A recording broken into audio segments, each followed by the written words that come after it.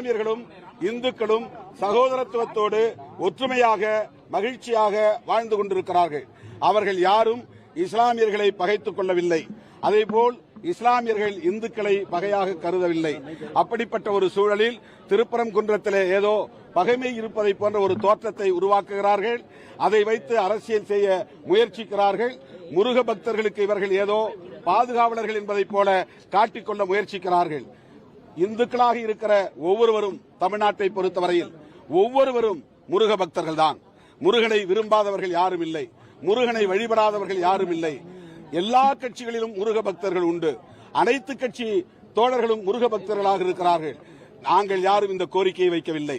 எங்களுக்காக மாநாடு நடத்துங்கள் என்று எந்த கட்சியை சார்ந்த முருக பக்தர்களும் கோரிக்கை வைக்கவில்லை. இவர்களின் அஜெண்டாவை செயல் திட்டத்தை நடைமுறைப்படுத்துவதற்காக, பாஜகவை இங்கு வளர்ப்பதற்காக, மதத்தின் அடிப்படையிலே அரசியல் ஆதாயம் தேடுவதற்காக